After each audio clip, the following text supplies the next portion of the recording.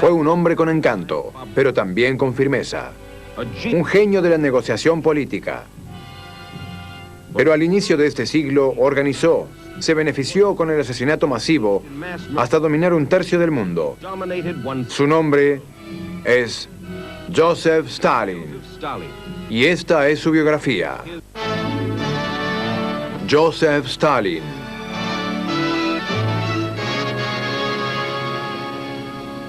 Soy Mike Wallace, esto es Biografía. Nuestra historia, Joseph Stalin. Al inicio de los años 20, cuando Stalin pugnaba por conseguir poder en la Unión Soviética, él dijo, elegir las propias víctimas, exterminarlas bajo el signo de la venganza y luego irse a dormir.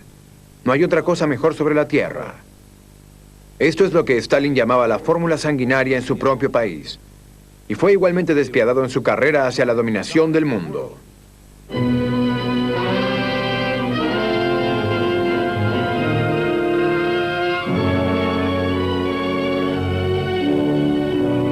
Antes del inicio del siglo, el imperio ruso está gobernado por el zar Nicolás, un gobernante inmoral que gustaba de los placeres y el protocolo. La mayor parte del mundo y todo el poder político de la nación yacen en las manos de Nicolás y la reducida clase dirigente.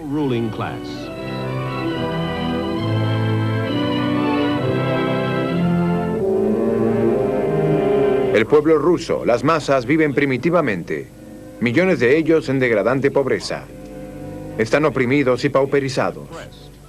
A lo largo de los años, sus protestas y revueltas han sido sofocadas por los soldados. De esta clase de personas es que proviene Joseph Stalin.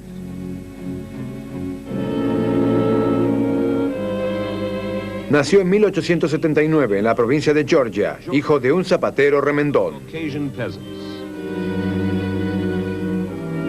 El joven Stalin estudia para presbítero, pero en el seminario es despreciado por sus compañeros de clase, que lo insultan despiadadamente. Stalin es expulsado de la institución cuando se une a la organización radical marxista. Las ideas, los programas políticos significan poco para él, pero es empujado a ella por la perspectiva de emprender una revolución. La violencia y el poder lo fascinan. Juega un rol menor como agitador cuando las huelgas y las rebeliones irrumpen en Bakú, Azerbaiyán. Sus discursos llevan a una breve pero enérgica revolución en 1905.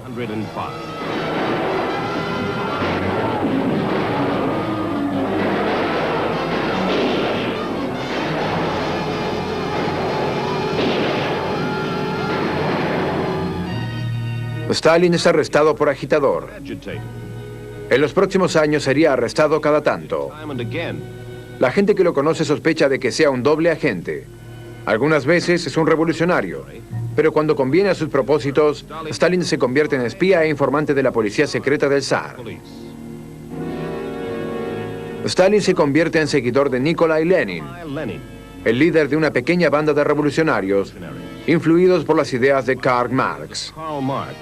Lenin es partidario de establecer una dictadura comunista en Rusia. Quiere derrocar a los gobernantes, confiscar toda propiedad privada y establecer lo que él llama la dictadura del proletariado, la clase trabajadora. Dice un observador, incluso cuando duerme, Lenin no sueña con otra cosa sino con la revolución. Lenin y sus seguidores esperan el momento exacto.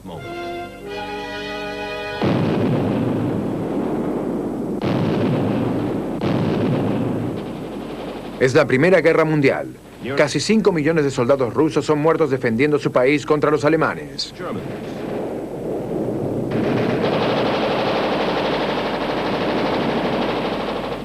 Aunque el ejército está diezmado y su gente desmoralizada, el zar Nicolás no alcanza a advertir que el peligro está en otra parte. A inicios de 1917, el zar abandona la guerra en manos de sus generales y retorna del frente. Está cansado de guerra. Prefiere pasar su tiempo con su familia y disfrutar de los placeres de la vida real. Sus consejeros le advierten que el pueblo ruso está al borde de la revuelta y que debe otorgar a la gente mayor libertad antes de que sea demasiado tarde. Pero el zar se rehúsa. No permito que nadie me dé consejos, declara. Pero finalmente incluso el zar Nicolás se da cuenta de que la crisis es creciente. Decide abandonar su palacio cerca de San Petersburgo por la paz y la seguridad de una guarnición militar, lejana unos cientos de millas hacia el sur. Desde allí dice, voy a gobernar con mayor tranquilidad.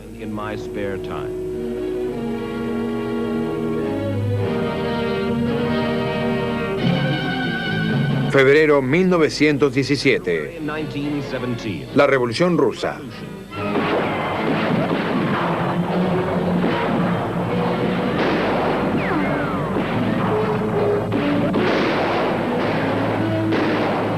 El pueblo derroca al gobierno corrupto. El zar Nicolás y su familia son arrestados y más tarde ejecutados. Luego de un siglo de opresión, el pueblo ruso cree que es libre al fin. Se establece un gobierno provisional, controlado por socialistas moderados. Nikolai Lenin y Joseph Stalin no han tomado parte en esta revolución. Ahora, sin embargo, Lenin se aboca a trabajar en su pugna por derrocar al nuevo gobierno y obtener el control. Stalin juega solo un rol menor dentro de los afanes de Lenin por construir un partido radical llamado de los bolcheviques. Los bolcheviques son una fuerza masiva militarizada bajo el mando de León Trotsky, teniente en jefe de Lenin. Los bolcheviques están listos para destruir el tambaleante nuevo gobierno.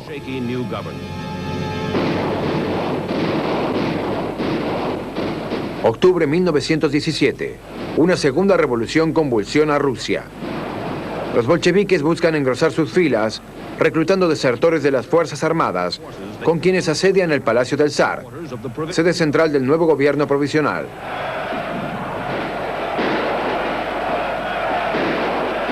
Durante la lucha, Stalin permanece en un cauto segundo lugar. Dijo Trotsky, prefirió quedarse en la retaguardia en los momentos iniciales. La revolución bolchevique triunfa y Lenin se convierte en el dictador comunista de toda Rusia. Ordena que las masas soviéticas sean gobernadas con mano de hierro. Y para llevar a cabo esa directiva, el territorio de la Unión Soviética es dividido arbitrariamente en distritos. Joseph Stalin es nombrado comisario de las nacionalidades, posición que le confiere poder directo sobre 130 millones de personas. Los frutos del comunismo son el caos y la pobreza. El tiránico control gubernamental sobre los granjeros conduce al desastre. La cosecha fracasa y el país está hambriento. Hemos llegado demasiado lejos, admite Lenin. Para evitar el total colapso de la nación, se ve forzado a reinstaurar alguna libertad, alguna iniciativa privada entre los granjeros. No obstante eso, un alivio de emergencia llega desde el país más odiado por Lenin, los Estados Unidos, nación capitalista, para ayudar a calmar el hambre de 10 millones de rusos.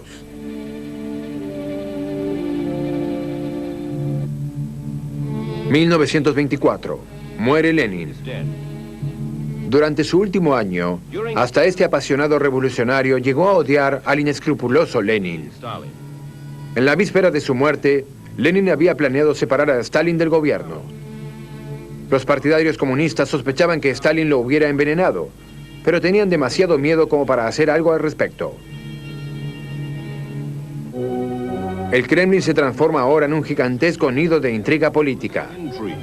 Detrás de sus paredes y escondido a los ojos del pueblo, Stalin se embarca en una áspera lucha por el control del gobierno soviético. Nunca se compromete. Observa la lucha de una facción contra otra y al fin emerge como el dueño del Kremlin, dictador de la Unión Soviética. Más tarde, Stalin lanza el primero de sus conocidos planes quinquenales. El resultado es una miseria creciente para el pueblo ruso. Los granjeros sufren los arbitrarios y opresivos controles del gobierno. Una vez más, la hambruna iguala a la nación. En un lapso de 2 años, 5 millones de rusos mueren de inanición.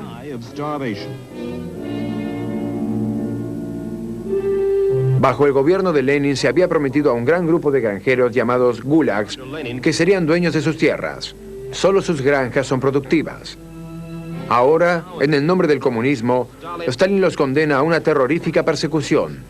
Todas sus tierras les son confiscadas y al menos 2 millones de ellos son encarcelados o enviados al exilio.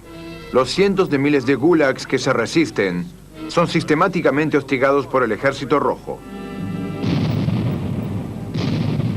Poblados enteros de gulags son eliminados con los cañones soviéticos. Escribe un corresponsal extranjero. En estos momentos toda la fuerza de Rusia se desmorona a merced al dolor y al abandono. Las iglesias son cerradas por orden del gobierno. Stalin quiere ser el único dios de la Unión Soviética. Stalin realiza pocas apariciones públicas. Representa el papel de benévolo gobernador de estas gentes.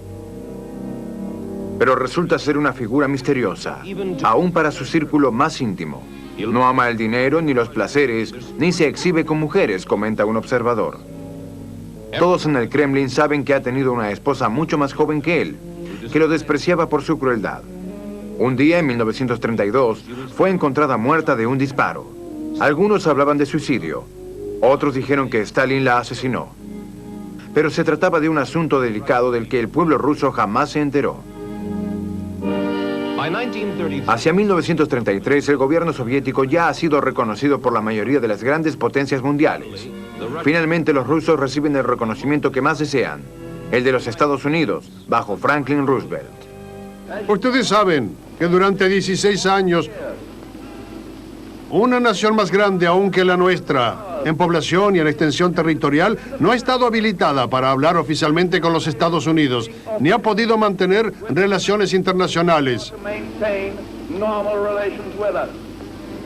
Y creo con franqueza que el motivo más poderoso que hay detrás de las conversaciones que culminaron ayer con todo éxito entre Rusia y los Estados Unidos fue el deseo de ambos países, de ambas naciones, de que sus pueblos estrechen lazos que los unan a través del mundo.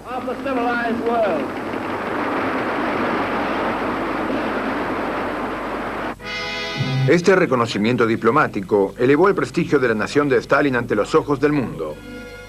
También le resultó especialmente útil para concretar tratados y obtener créditos, de los cuales necesitaba perentoriamente debido a la situación caótica de la economía soviética. Agosto 1936. Stalin comienza una severa purga mediante juicios que conmueven al mundo. La mayoría de los acusados son miembros prominentes del propio Partido Comunista. En estos juicios, donde están en juego sus vidas, se los acusa con cargos falsos por subversión y corrupción. Stalin quiere liquidarlos por 2 motivos. Su poder político puede ser un peligro a corto plazo, pero más importante aún, tiene evidencia de primera mano, acumulada por años, de los manejos de Stalin. Ellos saben demasiado.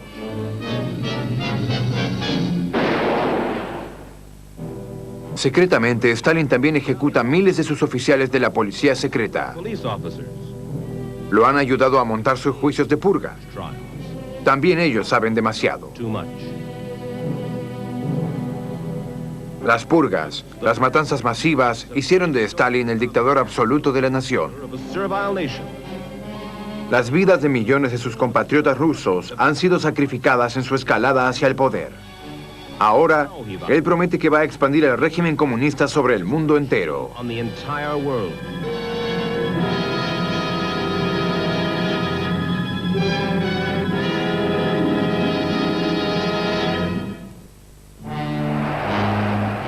Alemania, 1939. Durante los últimos 6 años, Joseph Stalin ha observado con cautela la escalada de otro dictador, Adolf Hitler. Públicamente Stalin lo denuncia, pero en secreto, ambos trabajan en un acuerdo siniestro, un pacto de no agresión entre sus 2 naciones.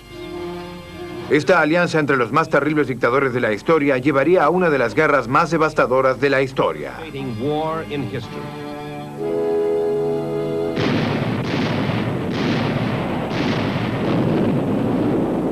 Septiembre 1939.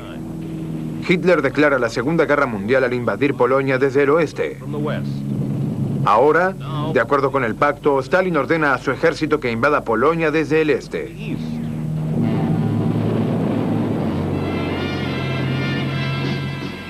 Conforme pasan los meses, Adolf Hitler conquista un país tras otro. Decide que no quiere tener un aliado para el largo plazo en la dominación de Europa. Para eso, planea hacer a Stalin a un lado y conquistar a la Unión Soviética por sus propios medios. Las divisiones expansionistas de Hitler arrasan Rusia. En solo 6 meses llegan hasta solo unos 30 kilómetros de Moscú. Desesperadamente, Stalin quiere resistir con su imperio comunista. Ordena el retiro de las tropas, destruir todo lo que encuentren a su paso para dejar a los nazis solo un vacío, la nada.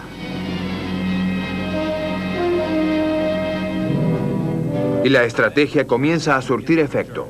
Sin refugio, sin animales, comida o provisiones, los soldados alemanes tienen pocas posibilidades de continuar. El invierno ruso. Ayudados por $1.100 millones en armas y en materiales por parte de los Estados Unidos, la Unión Soviética comienza a hacer retroceder las hordas nazis.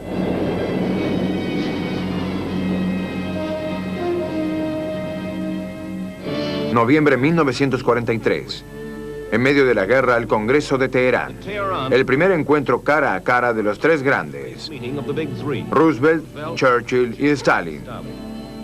Esta conferencia y las que le seguirían decidirán el curso de la historia de los años por venir. Algunos de los consejeros de Roosevelt le advirtieron que Stalin era un aliado cínico y peligroso. Pero Roosevelt decía, tengo la corazonada de que Stalin no es ese tipo de hombre. Si doy todo lo que puedo y no espero nada de él a cambio, él va a colaborar conmigo en la paz mundial y para la democracia. Los 3 líderes acuerdan que las fuerzas norteamericanas y británicas emprendan una invasión a gran escala sobre Francia, el segundo frente a presionar junto al Ejército Rojo. Y Stalin gana otro punto. Tosudamente solicita que le sea permitido retener su influencia sobre Polonia, territorio que había conquistado a principios de la guerra. Stalin ha ganado valiosas concesiones en Teherán. Febrero 1945, Yalta. El último encuentro de Churchill, Roosevelt y Stalin. Alemania está virtualmente vencida y Stalin acuerda ahora declarar la guerra a Japón. Durante la conferencia declara, quiero brindar por nuestra alianza. No debemos defraudarnos entre nosotros. Como hombre simple que soy, decía Stalin, creo que lo mejor es no defraudar a mi aliado, aun si él fuera un tonto.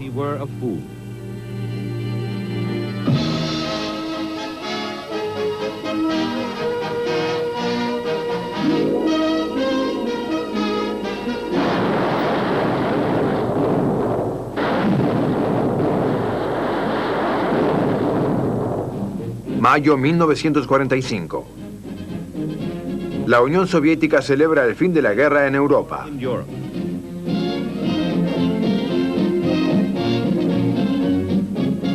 Uno de los que celebran es el hijo de Stalin, Vasily, un general de la Fuerza Aérea. A pesar de las misteriosas circunstancias que envolvieron la muerte de su madre años atrás, Vasily permanece cercano a su padre. Joseph Stalin ya está cansado. No solamente ha mantenido su imperio, lo ha ampliado mediante la toma del poder militar o político de grandes áreas de Europa del Este.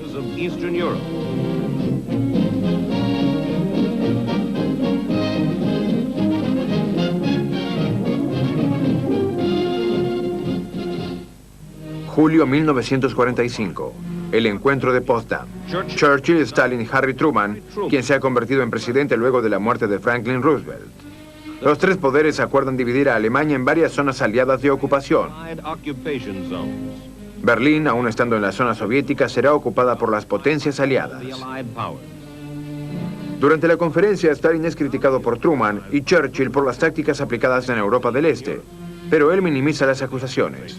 Son cuentos de niños, dice. Hacia el fin de la conferencia de Potsdam, Stalin confía que tendrá carta blanca para hacer lo que quiera en la mayor parte de Europa del Este.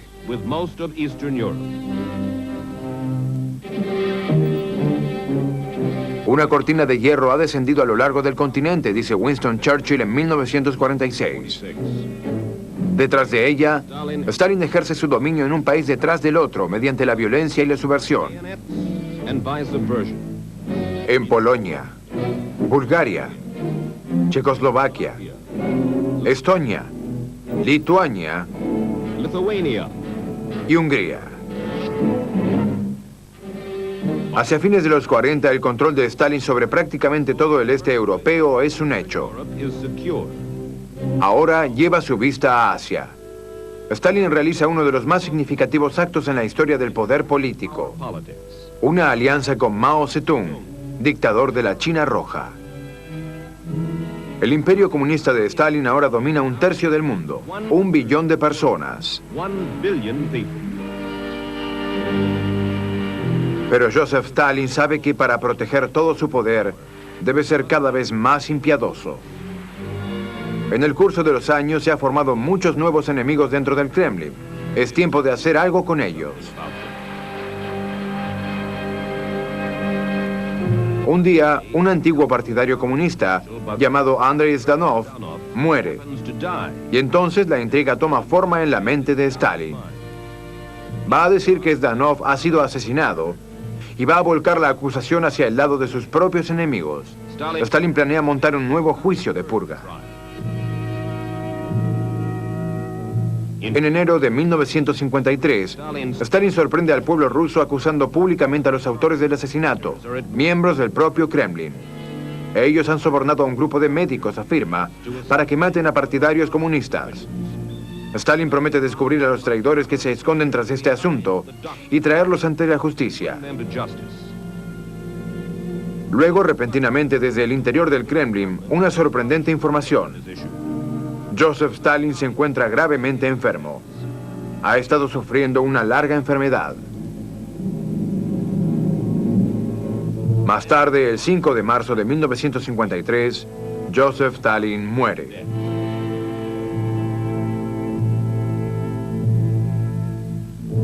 Más de 1 millón de personas se apostó al paso del ataúd, el cual fue depositado junto a la tumba de Lenin en el mausoleo de la Plaza Roja. La muerte del dictador inicia la especulación en todo el mundo. Obviamente Stalin había estado planeando una purga política. Tal vez sus adversarios políticos lo habían asesinado antes. Nadie fuera del Kremlin puede saberlo con certeza. Pero Joseph Stalin, el hijo del zapatero, había forjado su camino hacia el dominio de más de 1/3 del territorio mundial. Ahora estaba muerto. Se produce una batalla por el poder dentro del Kremlin para determinar la sucesión. El hombre que finalmente triunfa es Nikita Khrushchev. Y es Khrushchev quien lleva a cabo las muchas purgas políticas que Stalin dejó pendientes en Moscú, así como los asesinatos masivos en Ucrania. En un llamativo discurso pronunciado en 1956, trata de blanquear al comunismo y a su propia persona. Admite los horribles crímenes que fueron cometidos en el pasado. Pero solo Stalin es el culpable, dice. El sistema que Stalin construyó es sano, y yo también lo soy. Khrushchev ordena el fin del culto a Joseph Stalin. Decreta que el cuerpo de Stalin sea sacado de su lugar de honor y sea enterrado en una oscura tumba dentro de los jardines del Kremlin. En todo el territorio del Imperio Rojo, las estatuas en honor a Stalin deben ser destruidas. Esa es la recompensa final para Joseph Stalin, el tirano del cual Khrushchev una vez dijo: nuestro padre, nuestro líder, un afectuoso guardián que cuida de nosotros.